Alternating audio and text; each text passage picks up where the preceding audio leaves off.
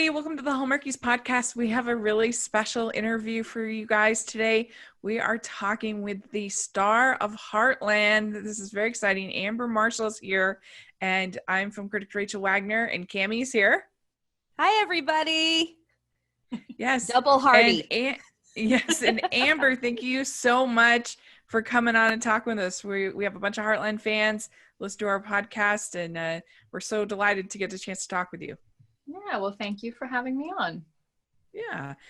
So what we've been doing these last few months is kind of starting off just hearing, how have you been handling this time of quarantine? How's it been for you? You've got a ranch, I believe. So maybe it's not been that different for you. What's the experience been like?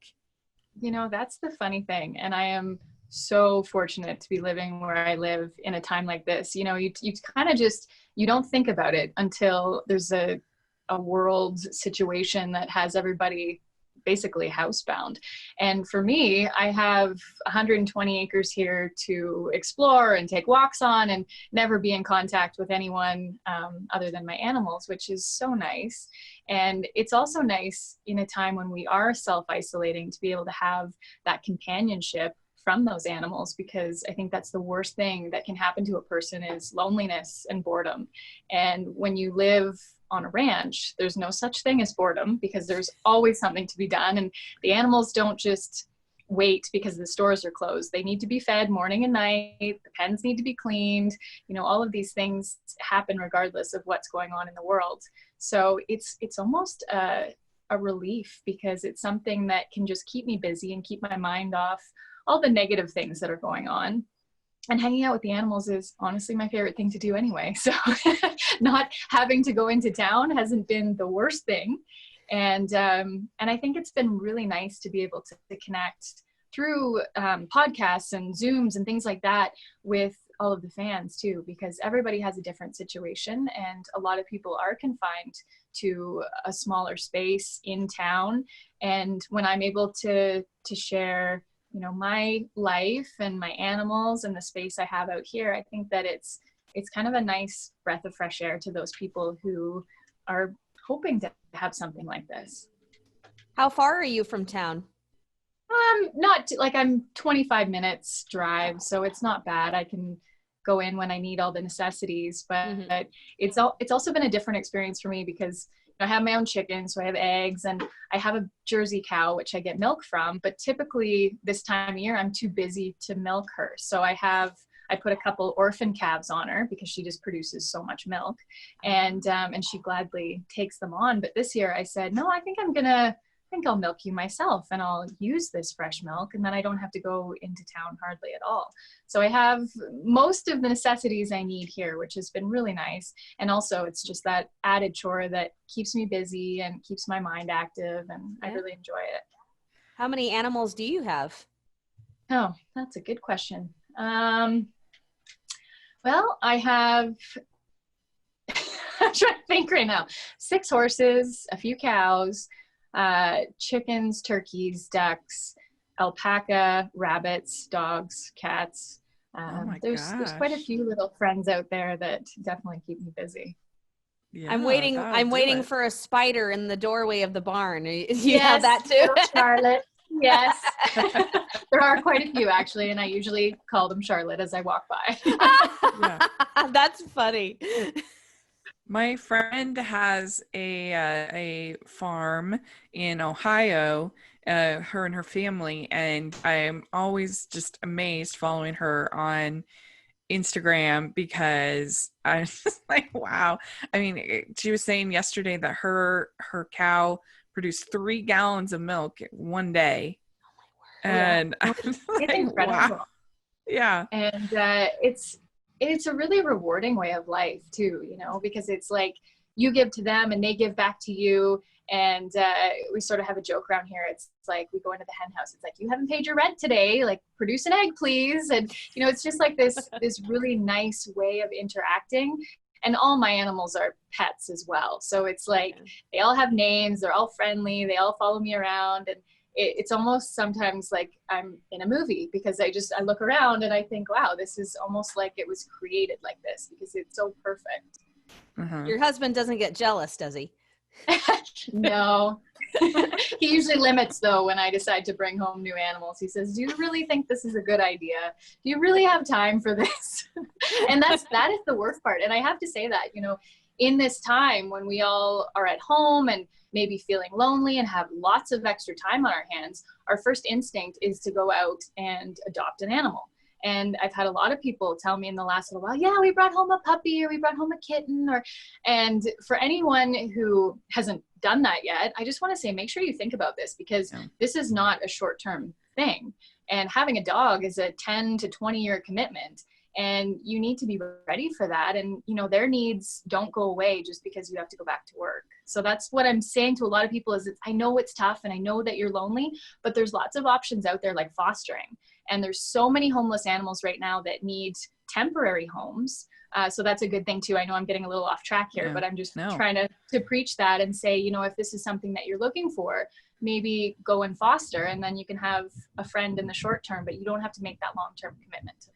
Yeah, it's the same problem that you have with bunnies in Easter. People think, oh, it's so cute, got to get a bunny for my kids for Easter, and yeah, it's a commitment. You got to be ready for it. I had pet rabbits when I was younger. I did too. You know what? I think it all depends on your experience and your setup, because I grew up in the city.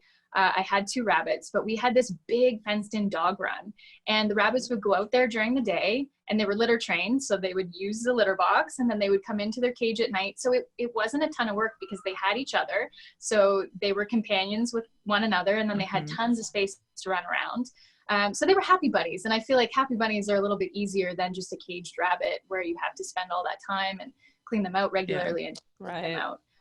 So I have 2 rabbits now as well. Yeah. I have 2 rabbits that are my chicken coop lawnmowers. So they live in the chicken coop and they keep the grass cut down. And their job is very simple. I mean, their rent gets paid continuously. And although they're not really companion bunnies, they don't like to be held, they don't like to be cuddled, but they have a pretty good life, and they enjoy just the space that they have to graze, and they groom each other and they love each other. So I figure that's the perfect type of pet rabbit for me. That's great. I love it. Yeah. Hey, if there's anything that's more, I can't think of anything more hallmarky than talking about proper pet adoption. It's true. So it's a good thing to talk about. So very good. Well, so you started acting at a pretty young age, if I'm mistaken. And how did that end up happening? You grew up on a farm, and how did you end up getting involved? Oh, you did? Okay. The city, yeah. Oh, that's right. That's right. You just said that. For me, I think I was just, some kids are just natural performers, I want to say. And for me, it started very young. I think I was 2 or 3 when I started commanding my parents to sit and watch my plays that I would put on solo. You sound like me. Or I want to say hours on end, and they would just keep going, and my parents would try to get up and leave, and I'd be like, it's not done yet. And so when I was 8, they enrolled me in a theater program for kids, which was the best thing ever. It was in my hometown of London, Ontario. It was called the Original Kids Theater Company, and it was a perfect outlet for kids like you and I who just want to perform. And so I went to their camps, and we did 2 plays each year, and I just loved it. And so then as the years went on, when I was around 10 or 11, the theater company recommended me to an agency in Toronto, and they said, you know, maybe this is something that you want to do. You obviously have a genuine love for it, and you love performing. So I met with a few different agencies, and then they signed me up, and I started auditioning. So I was around 12 when I broke into the on-screen world and loved it. And I was very lucky that I was in productions that, again, were like fun and wholesome and just places where a kid can express themselves, but they don't feel out of their comfort zone. And so I had a lot of fun with that. And I wasn't too into it where I missed a ton of school. I was still able to have my friends. So that made a big difference as well. Great. That's great. So how did you hear about the whole Heartland audition, and what was that process like getting? Hey, Rachel, before we get to Heartland, I just have to ask about Christmas shoes first, because that's the first thing I saw you in. How old were you when you did Christmas shoes? I was 12. I was Yes, I was in the 8th grade. I remember because I had to miss my 8th grade graduation to film Ouch. that. Yeah, it was one of those like bittersweet moments because I was so excited, and it was filmed in Halifax, which is on the East Coast, in the most beautiful place. And I was so excited to be able to go and film with Rob Lowe and Maria Del Mar and Kimberly Williams, and it was just like, it was exactly that, bittersweet. I was like, I'm so excited to do this, but there's things that you have to give up as a child actor in order to pursue what you love. So, and I know lots of kids in the industry have expressed the same thing. You know, it's like, we love what we do, but we have to give up a lot of moments in our childhood to be able to achieve that. So that was the one thing, but honestly, it was such a small event in the bigger scheme of things, and I was still able to have a party with my friends after and all that kind of thing. So it was a really cool experience. Halifax was beautiful. The cast and crew were amazing, and it was a really nice kind of look into the world of film and television at a young age. Well, and you had a great singing voice, so thank you. Did you always get to go to school then, or did you end up doing some homeschool? A little bit here and there, just the nature of the industry. But like I said, I was so lucky to be able to have just a normal childhood, and any projects that I did were either usually filmed over the summer months, so I was out of school at the time, or else they were only 3 to 4 weeks during the school period. So I was able to homeschool for that time, but then go to school for the rest of the year. So I wouldn't say that it took a toll on my schooling or, you know, my friend life, so to speak, because when you're young, that's so important, and especially through high school. And I really didn't miss a whole lot of school because of it.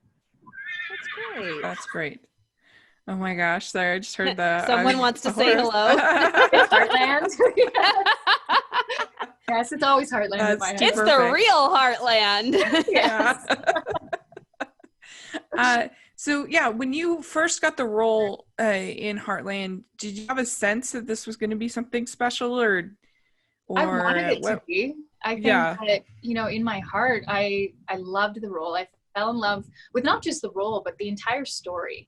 You know, here is something that is wholesome, it's positive, it's a story that makes people happy. And I think that there's more of that needed in the world.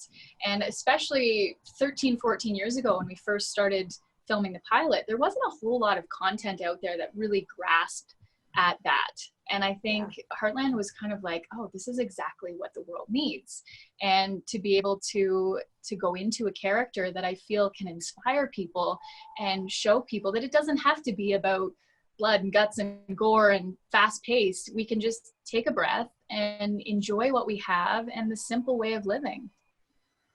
Yeah, definitely. I think that's true. Amy was 15 at the beginning, correct?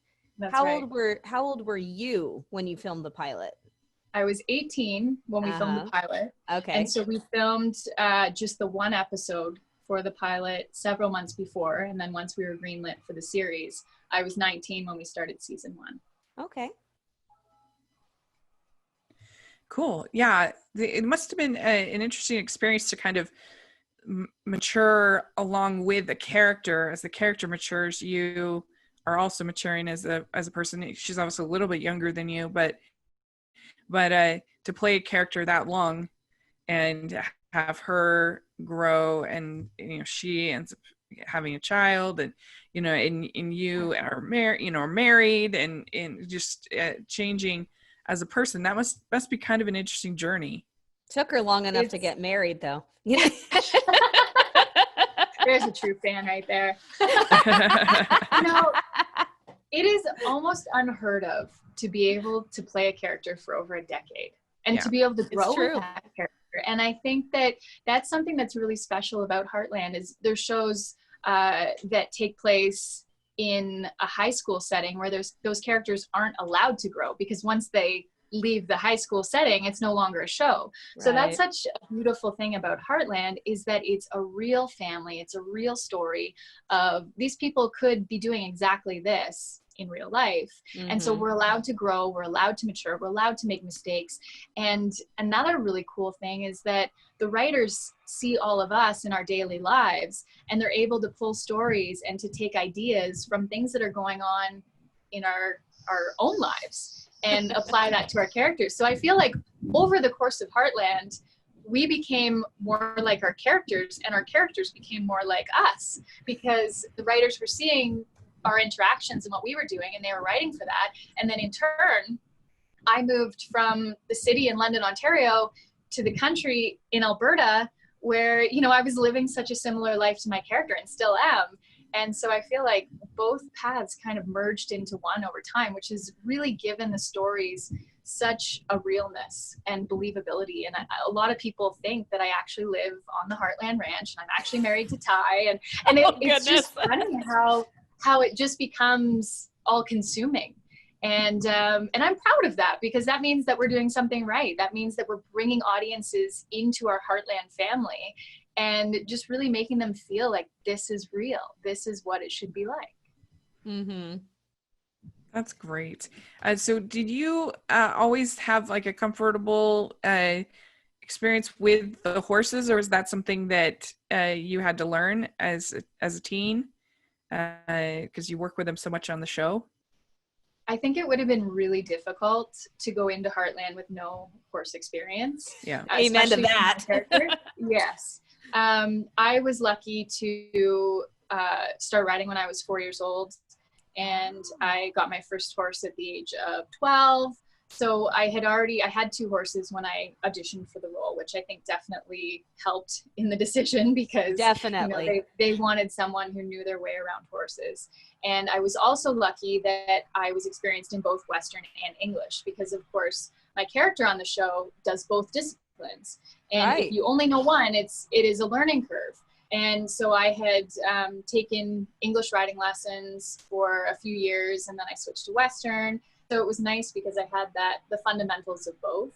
And so we've found that guest stars that come on the show that are new to horses, but their characters are supposed to be experienced, have a hard time with it, just because it's a new thing they have to think about, on top of remembering their lines, knowing where their mark is, knowing where the cameras are, meeting a whole new group of actors. So it's very intimidating. And I think the fact that I already had that good foundation with horses meant that they actually gave me confidence instead of the other. When I was on top of a horse, I felt more grounded, I felt more stable, I felt like I could own it.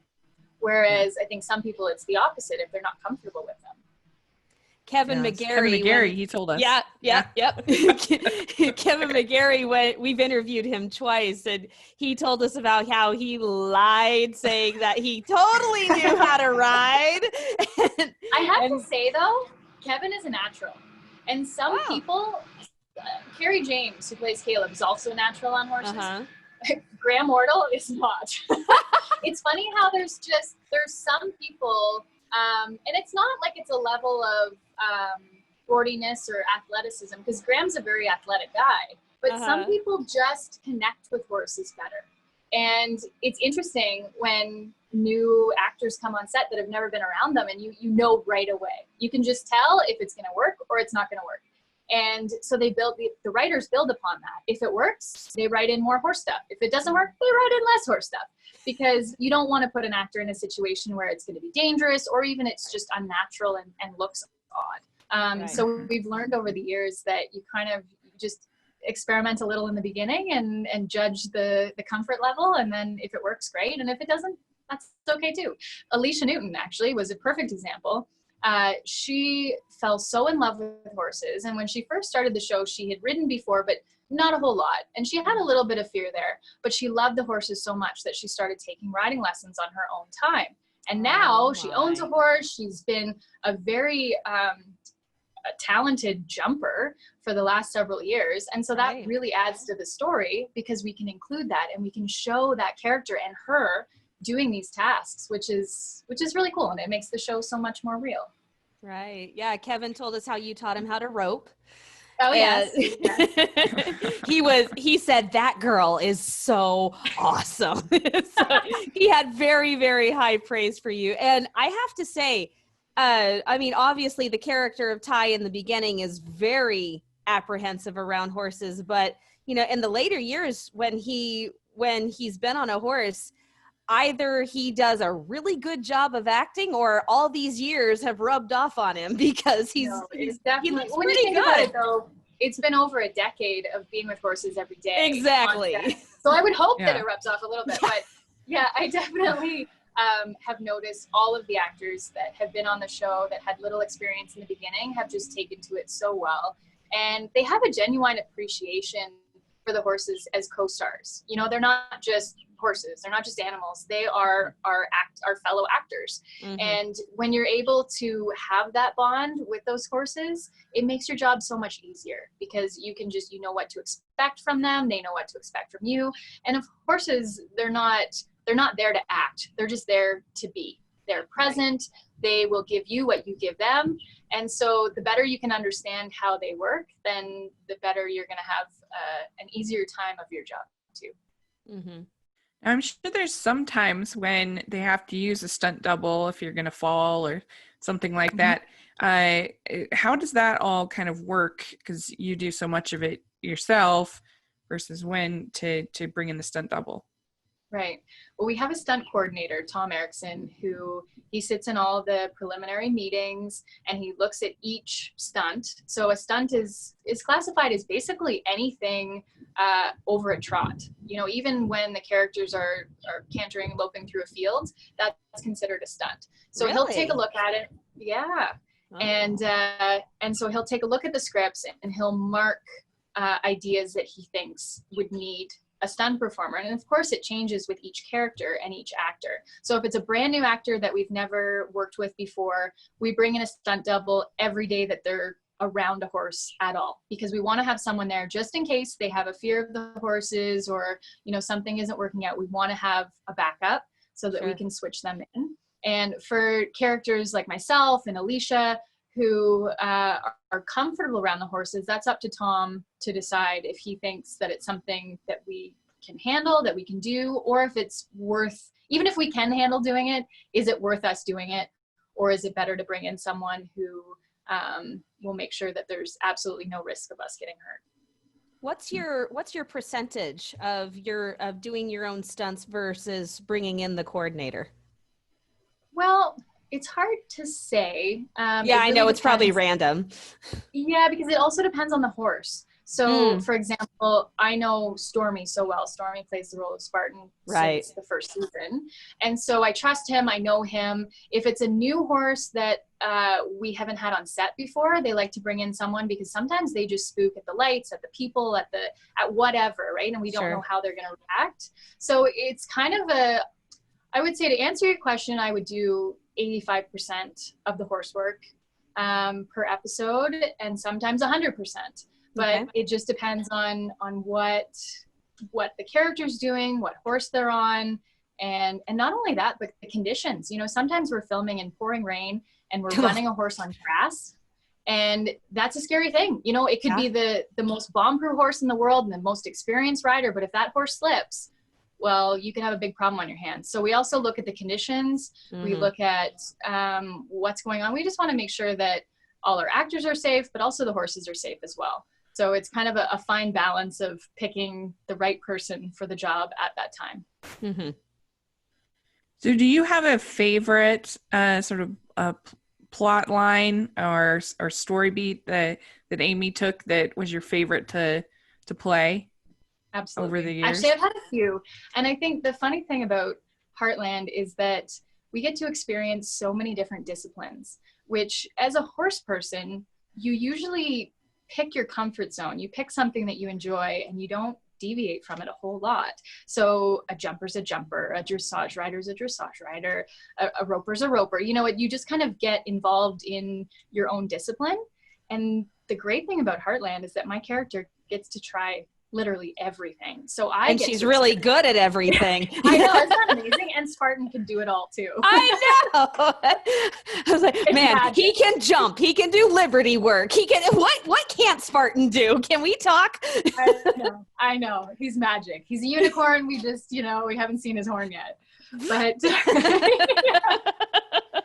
It is amazing though, but it's funny because a lot of people put themselves in that box when they're riding and they say, no, my horse is a dressage horse. It can't do Western. It can't do, and I always say, why? The only person, the only entity that's putting you in that box is yourself. Your horse can do whatever you believe it's capable of doing. You just have to put the time and effort into it. And for example, with my own horses, my husband has a really nice quarter horse that he team ropes off of. It was bred and raised as a cutting horse. I jump off it. We trail it. I've done everything with that horse, and he's so versatile. And it's like, don't ever limit your horse because you think that they're only meant to do one thing. And so that's one thing I really do love about Heartland, is that it's opened up riders' eyes to a world outside of their comfort zone, a world outside of the discipline that they grew up knowing. And I've had a lot of people say, ever since watching Heartland, I've started doing Liberty with my horse, or I've decided to take my Western horse and do jumping lessons, or, all these things that make me so proud that we're able to demonstrate that and to inspire people. I'd like to take a second and thank our sponsor for this episode of the podcast. They're the good folks over at HelloFresh. And HelloFresh is America's #1 meal kit. One of the things I love about HelloFresh is that it is really, really great for single dining like I do, and single cooking, because a lot of times when you make a recipe, you'll end up with a whole bottle of some sauce or spice that you are not going to use again for a long time. And so with HelloFresh, you only get just what you need for that one recipe. And so it allows you to kind of try out new things, try out new flavors. And it's also great for families too, to save time, to save trips to the store, which are all the more stressful these days. And it's great. They can provide contactless delivery to your doorstep for easy home cooking with the family. They cut out stressful meal planning, grocery store trips, so you can enjoy cooking and get dinner on the table in just about 30 minutes or even 20 minutes with their quick recipe options. HelloFresh can also help you eat more sustainably. Their pre-portioned ingredients mean there's less prep for you and less food waste. The packaging HelloFresh uses to ship your food is almost entirely made from recyclable and or already recycled content. HelloFresh's carbon footprint is 25% lower than store-bought grocery-made meals. It's just a winner all the way around.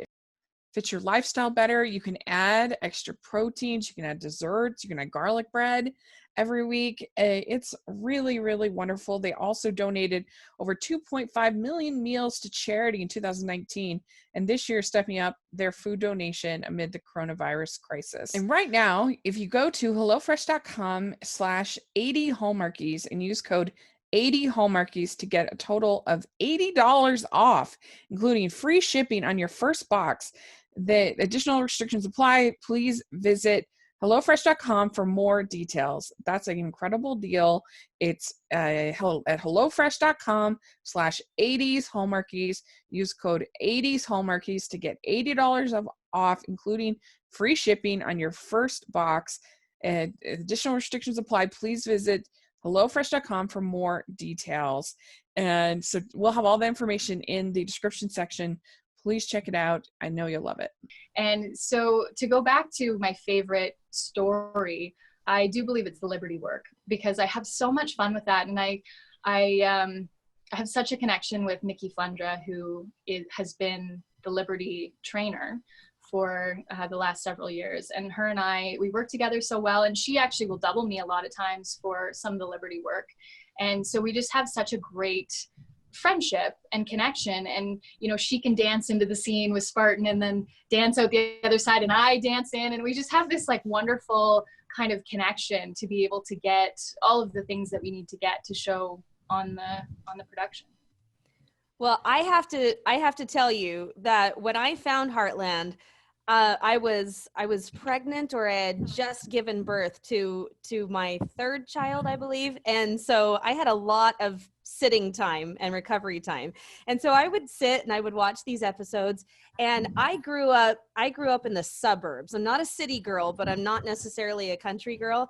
And I took riding lessons as a young girl, but I didn't really advance past maybe age 8 or so, but I still love to ride anytime I get the chance. And I'm sitting there watching the episodes and I'm going, gosh, it's beautiful. Wow, I'd love to own a ranch one day. What the heck am I thinking? So you guys do your job very, very well. But you're not alone in that. You know, I think I so know. many people, it has I've heard a sparked lot of people say a it. love for horses. Well, here's a quick story. My grandmother, who's in her late 80s now, at the age of 80, after watching Heartland, she was inspired to get on a horse for the first time in her life, 80 years old. And so when people say to me, oh yeah, I'd love to ride, but I'm too old to start now, I tell them that story and I say, are you 80? Well, then you're not too old.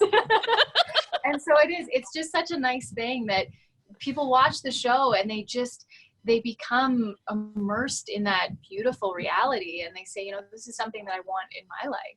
And I think that's something to be proud of for all of us, because we're opening up a whole new way of thinking to a lot of people that have, and I talk about, you know, being in that box with one discipline. Well, it's also the fact that they think, oh, well, you know, you can only ride as a kid. And if you haven't, it's, you know, you might as well not start now. It doesn't matter how old you are. If you have that want to go and do something, then just go do it. Yeah. Yeah. Well, one thing it seems like to me, yeah, the horse agrees.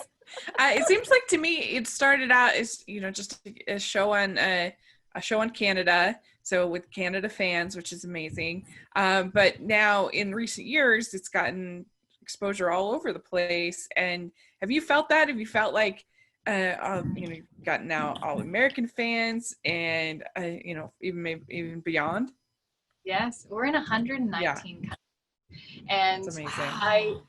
And it really resonates with us because we see it when we're filming in the town of High River, which is Heartland's town of Hudson. Okay. There are people that travel from around the world just to come to High River, Alberta, Canada, to see the town of Hudson.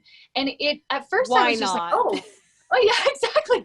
Well, at first I was just like, what are all these people doing here? And then we started to go and hear their stories and talk with fans. And they're like, we traveled here from Brazil, from Australia, from Europe, because we watched Heartland and we wanted to see what was in that TV screen, because we fell in love with the horses, we fell in love with the characters, but most of all, we fell in love with the vista.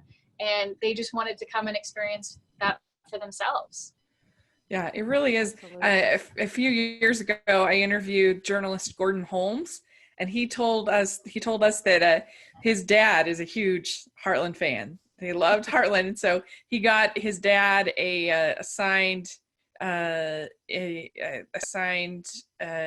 cast photo for the gift for his wedding party, or for his wedding. He got his dad a Heartland photo. Aww.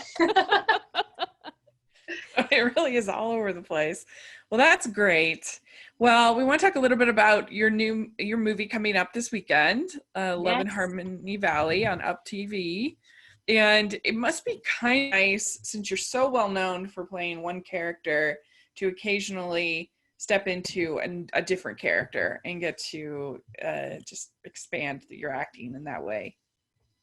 It's a funny thing, because a lot of my friends in the industry, if they're on a series, you know, they do that for a year or two, and then they move on to the next thing, and they're constantly changing characters and castmates and on-screen love interests and all this. And for me, yeah, I've been married to Ty for 10 years. So it's like, it's a very different thing, because I'm so used to working with the same group of people, the same family, and we have become so close that it's really not like acting anymore. When I'm with the Heartland family, we genuinely feel like a family. Yeah. But then when you step onto a different set in a different role with different actors that you've just met that day, and you're supposed to be playing characters that have known each other for years, it's a completely different reality.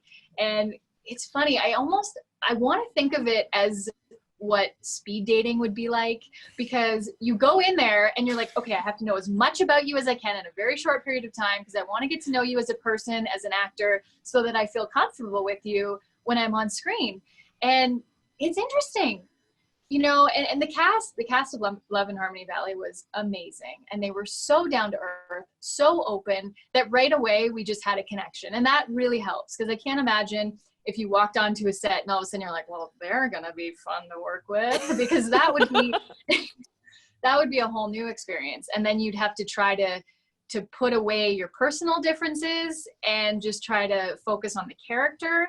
But the great thing about Love in Harmony Valley was right away, we were all friends, and that makes a big difference. And for me, I try to learn as much about the other actors as I can, because I feel like once you break down those walls and once you understand one another, then you can have a better relationship on screen. Because it's just one of those things that if you don't know someone, if someone's a stranger, it's really hard to be intimate with them on screen. Whereas if you know a little bit about them and you understand them, where they grew up, what their family was like, what animals they have, which is important for me, it's just one of those things where it's like, okay, now you can see them as a friend and it's easier to let your guard down on screen. Yeah, that's an amazing analogy. That's an amazing analogy. I majored in theater in college, and acting is my first love, and I have never heard anything described like that, and never. That is brilliant. But it was a different experience for me because, you know, like I said, I've been on the same show for so many years working with the same people that you just become close over time because you're spending so much time together. But it was a very, it was a very unique experience.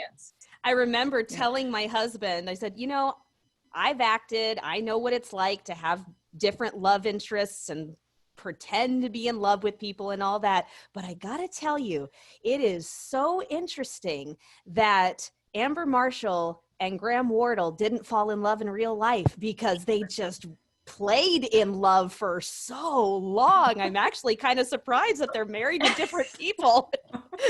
and so many people have said that, and I think that's why a lot of fans believe that Graham and I are in an actual relationship together. Right. And I love Graham. You know, we are really close friends, but I'm not in love with Graham. And that's the difference, is that I think for two people, Graham and I are so different. Like, he's never owned an animal. He, you know, lives in the city. We're different enough that it never would have worked off screen. And I think a lot of people are used to seeing his character and they think, well, why wouldn't she fall in love with him? Like, he's a vet and he loves animals and he rides horses. And it's like, well, just because I'm so close to my character doesn't mean that everybody else is. Right. And, you know, for me, I'm attracted to people who love animals as much as I do and want to have this, you know, and my husband is so accepting and accommodating, and he loves horses, and we go team roping together and we ride together and we do all those things that I've always dreamed of as a little girl. You know, I wanted to be with someone that could share ranch life with me, and he can fix any piece of equipment, he can drive any piece of equipment. That's impressive.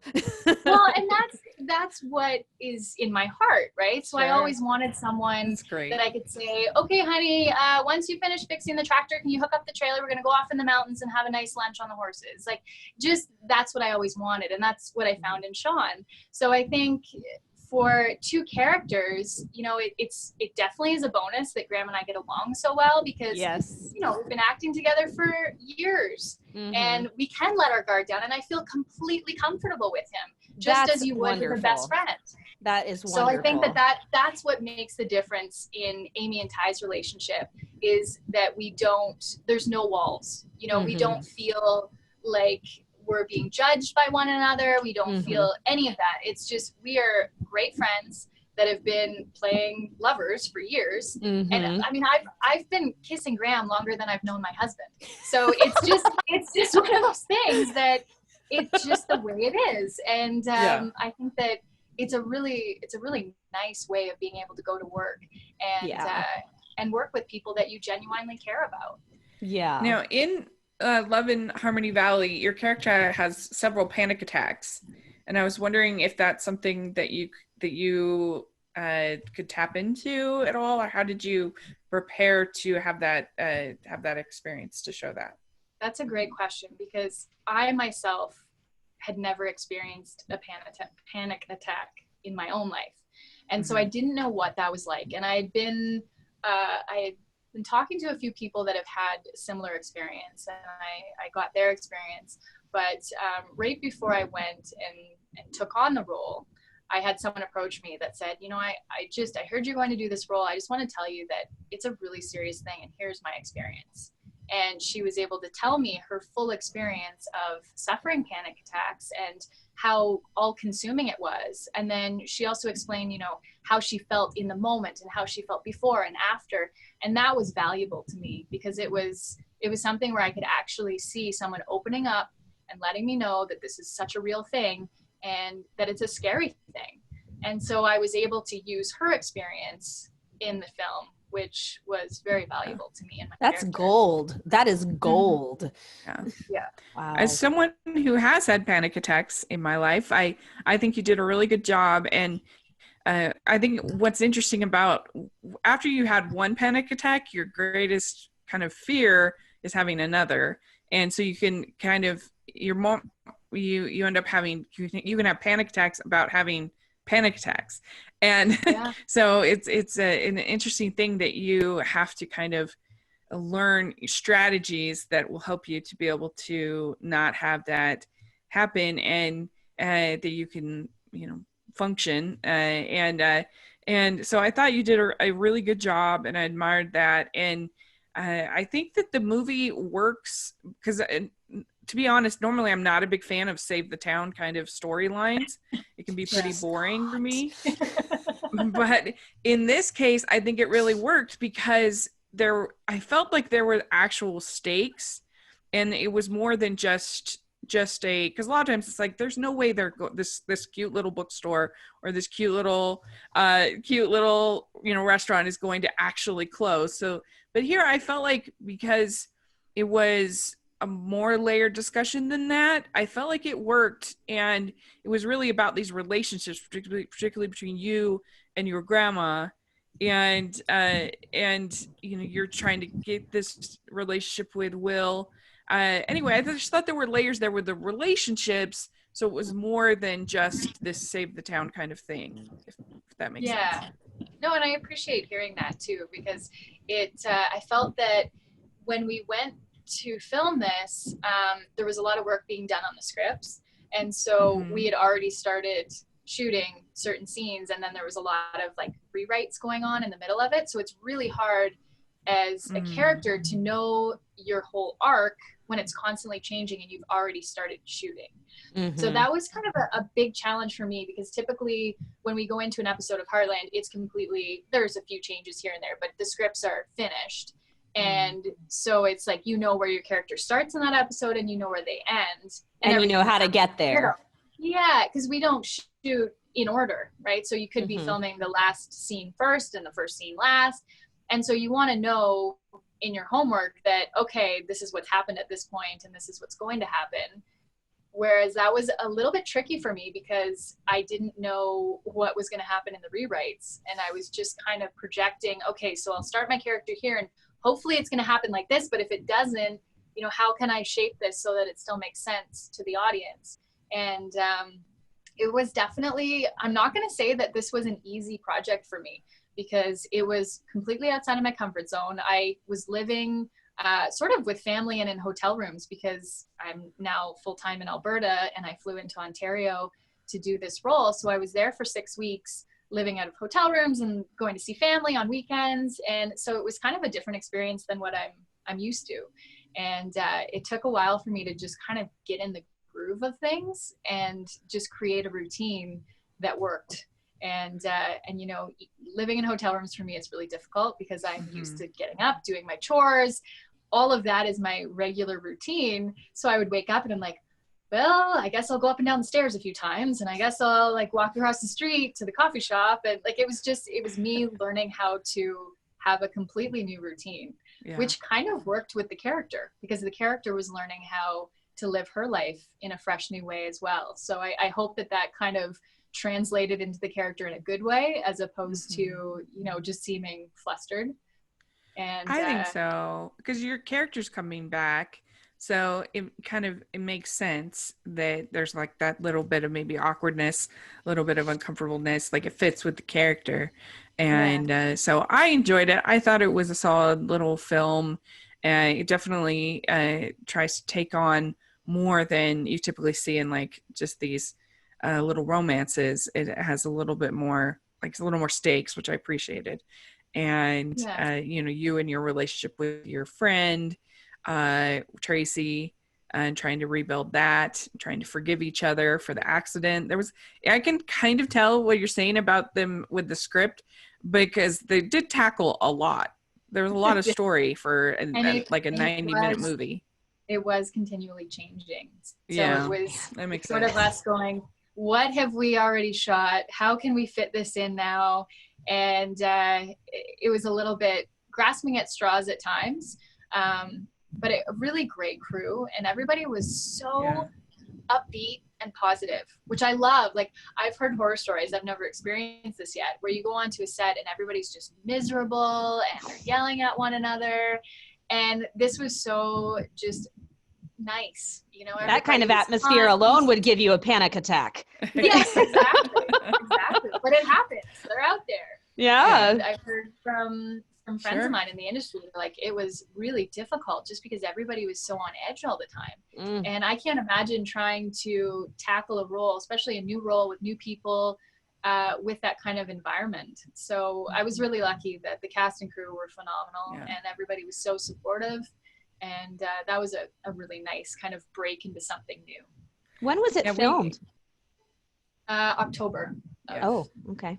We interviewed the director, Justin Dyke, and he's so great, so nice. Awesome. Yeah. Mm-hmm. And just that energy, you know, just everybody was just so easygoing too, which is something that's really nice on a film set, because a lot of times it's rush here, rush there, hurry up, you know, get this done. And it was just a very calm set. Great. Well, people need to watch it. It's this Saturday on UPTV. And so we like to end our interviews with a little bit of fun questions. And it's Christmas in July over on Hallmark Channel. So we're going to take you to the holidays, and we're going to ask you about some Christmas questions. Okay, sitting out here in the beautiful weather. Yes, that's right. So Christmassy. But hey, I'm in Texas, so Christmas shoes in which you express that you enjoy. Yes. Was filmed in July. I believe it. I believe it, because most of them are nowadays. But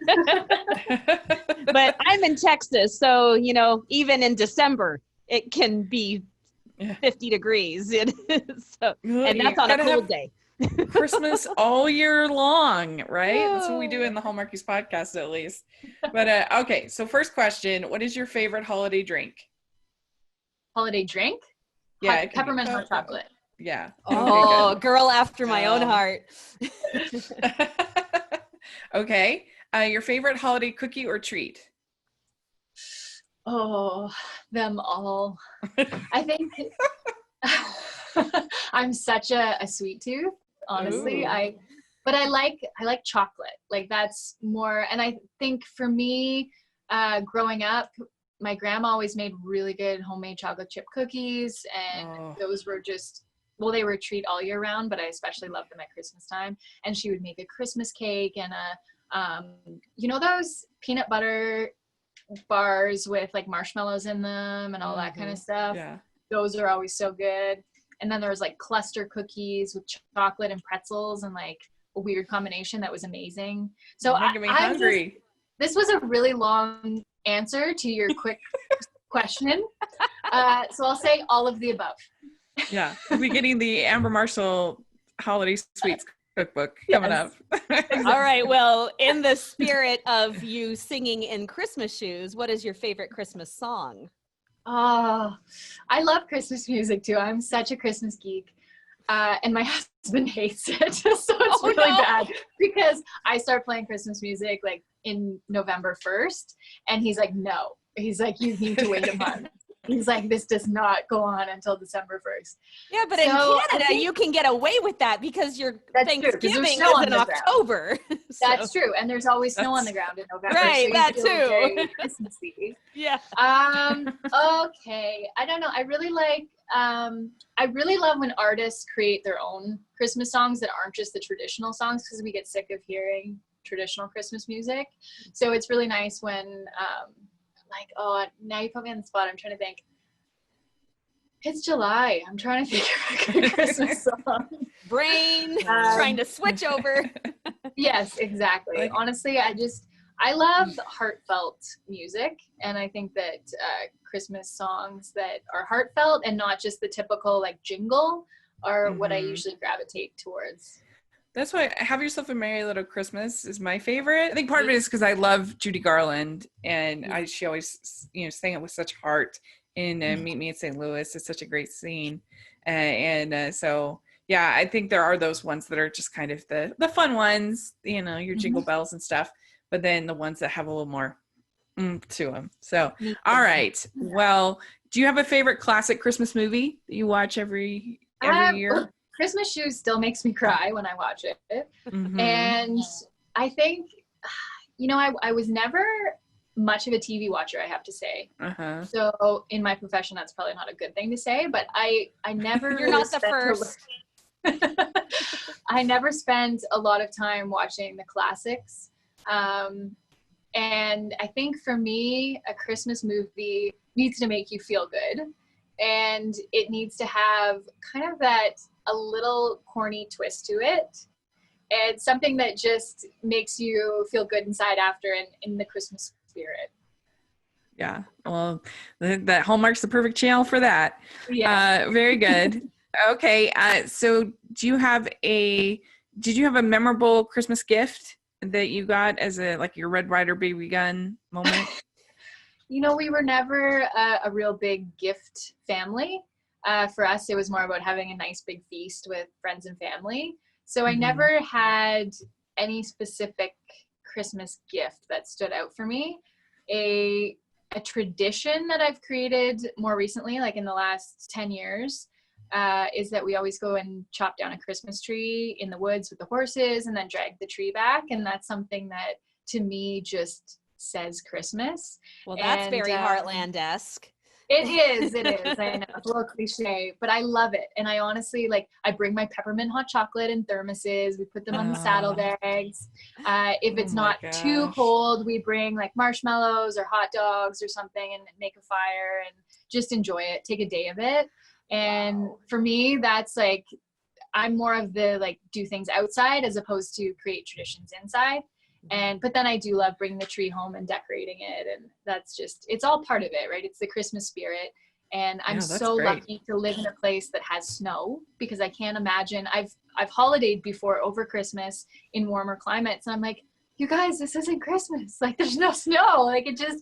It just doesn't have the same feel. And I think that's what's so romantic about a lot of the Christmas movies, especially for people who live in southern states and don't experience the snow at Christmas, is they can kind of be lost in this world of this fantasy that I get to live in and experience. And that's really special for me. So for me, Christmas is about snow. It's about spruce trees and pine trees. And this sounds so corny, but no, it's perfect. I always remember as a kid, the bright red, cardinals that would sit in the trees during Christmas. And I always felt like those trees were already pre-decorated with the wildlife that was around. And it's just that's what Christmas is to me, is just this feeling of a peaceful, easy feeling, and just snow on the ground and that quietness. Because for those people who haven't experienced snow in large amounts, when there's a couple feet of snow on the ground and you go outside and you just stand there, there is this shockingly quiet sound, because the snow absorbs all sound. And it's just you could hear, someone from way down the road calling to you. And it's just, I love that feeling. And that's what Christmas is to me, is just peaceful and quiet. That's great. Well, so we have some either or. If you had to pick, which would you pick, Scrooge or the Grinch? The Grinch. Okay. Clear lights or colored? Which?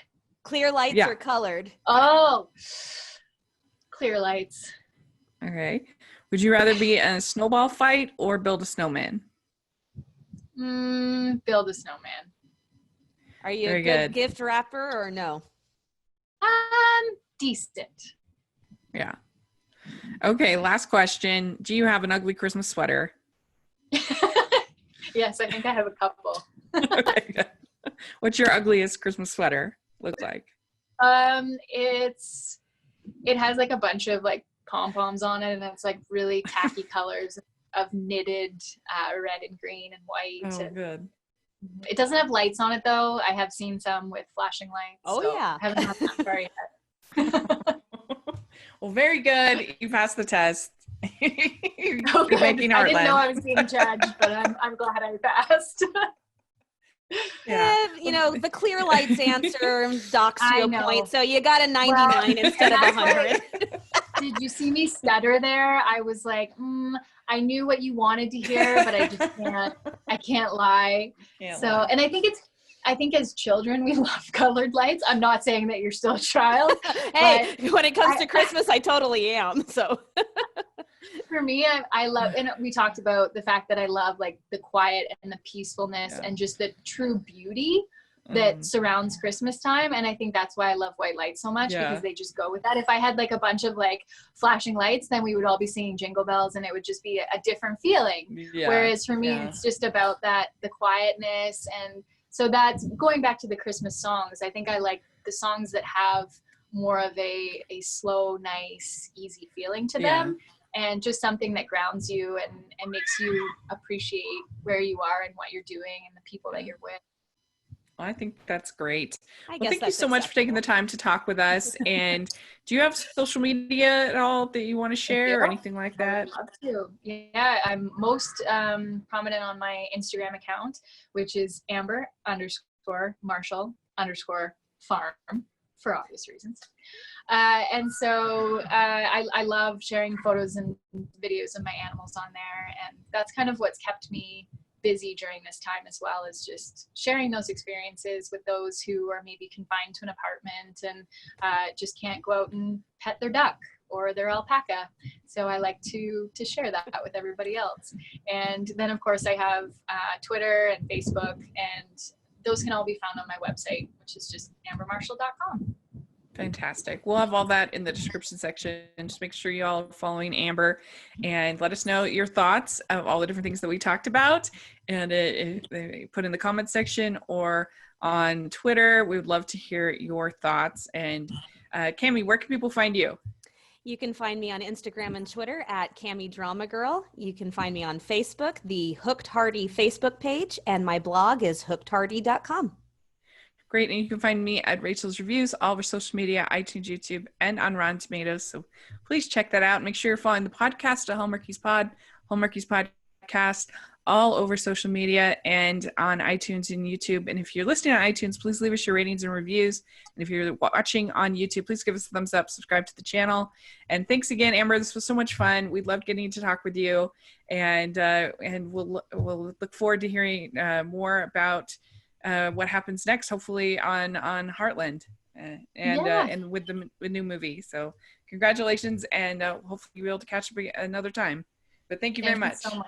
Yeah, I had a great time. Bye, Thanks. everyone. Bye, everybody.